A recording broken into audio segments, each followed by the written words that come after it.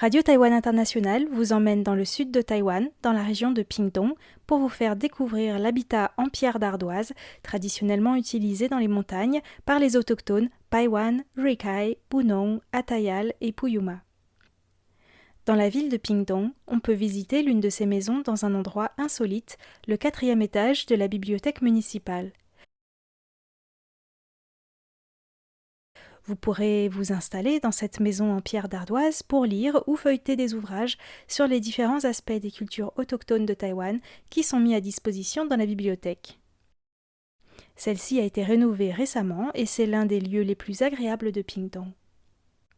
Dans le parc culturel des peuples autochtones de Taïwan, près de Sandiman, plusieurs maisons traditionnelles en pierre d'ardoise ont été reconstituées pour les visiteurs avec des explications.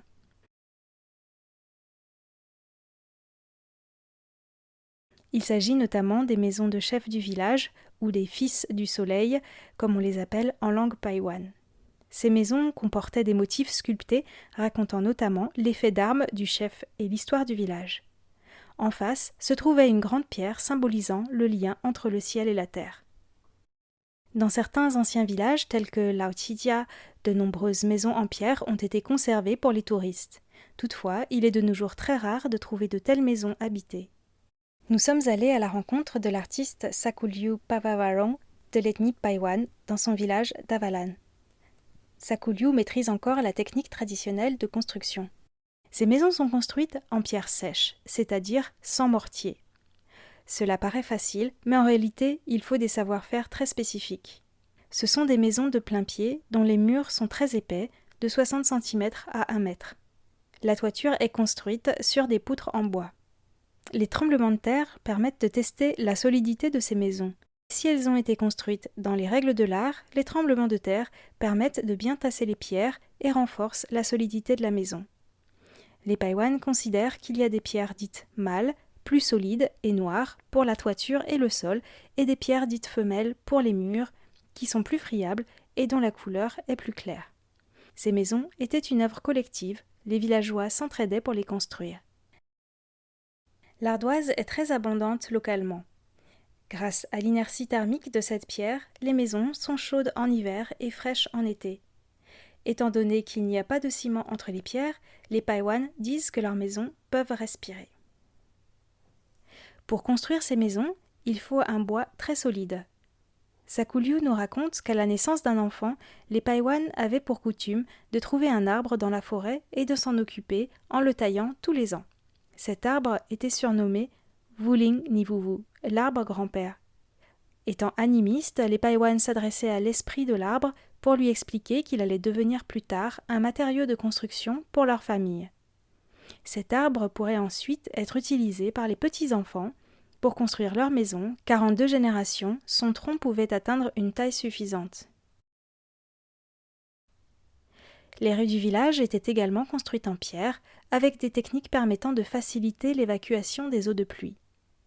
Toutefois, entre le début des années 50 et la fin des années 70, le gouvernement a encouragé les autochtones à détruire leurs maisons traditionnelles pour les remplacer par des maisons en béton.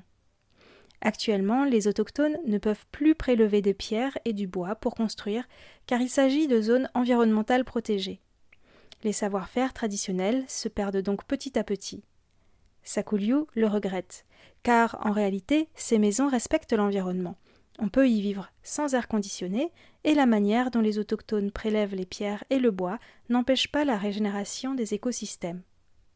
Selon Sakulyu, il faudrait redonner la possibilité aux différents peuples autochtones d'accéder légalement à ces pierres pour la construction traditionnelle, tout en veillant bien sûr à éviter la surexploitation de l'ardoise à des fins commerciales.